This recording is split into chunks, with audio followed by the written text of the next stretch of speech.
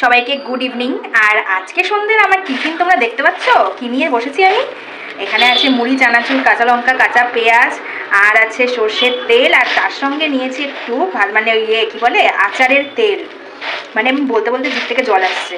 তোমরা নিশ্চয়ই ভাবছো যে আমি তো একদম মুড়ি খাওয়া পাটি না, তাও কেন মুড়ি নিলাম। অ্যাকচুয়ালি আজকে আর কি বাইরের খাবো, সেই জন্য ভাবলাম যে ঘরোয়াই কিছু খাই, যেটা আর কি এরকমভাবে রসিয়ে কষিয়ে খাওয়া যায়। আর আমি যখনই মুড়ি খাই তখনই এরকম রসিয়ে কষিয়ে মাখলেই খাই। মা মাখলেও আমি এরমভাবেই খাই, আর নিজে মাখলে তো এরমভাবেই খাবো। যাই হোক, কেমন খেতে হচ্ছে সেটা মাই বলবে। ভালো করে মেখে নিই। এর মধ্যে একটুখানি আলু সেদ্ধ দিতে পারলে না একদম জমে যেত। এই দেখো, বললাম না আচারের লঙ্কা বলছি, আচার যে দিয়েছি তার এই যে লঙ্কাটা রয়েছে, লঙ্কাটা একটু ডলে দিই এর মধ্যে। চলো এবার মাকে দিই, দেখি মা কেমন কি রিভিউ দেয়।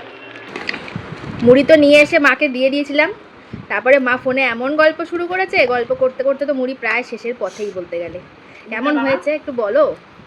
খুব ভালো হচ্ছে মুড়িটা মাখা, একটু সর্দির মুখ তো, মানে আজকে এই দিনে যে মুড়িটা মেখে নিয়েছে আমার মেয়ে, অনেক থ্যাংক ইউ মেয়েকে। ও বাবা, কেননা এতই ঠান্ডা লেগেছে, তখন কিছু ঝাল ঝাল খেতে ইচ্ছে করছিল, তার মধ্যে আচার টাচার দিয়ে মুড়িটা মেখেছে, খুব সুন্দর হয়েছে। তুমি বুঝতে পারছো আচার দিয়েছি? হ্যাঁ, আচার একটা গন্ধ আছে না। ও বাবা, আমি তো বলেই নি কিচ্ছু। যাক, তাহলে মুড়ি মাখা সার্থক। সত্যিই তাই।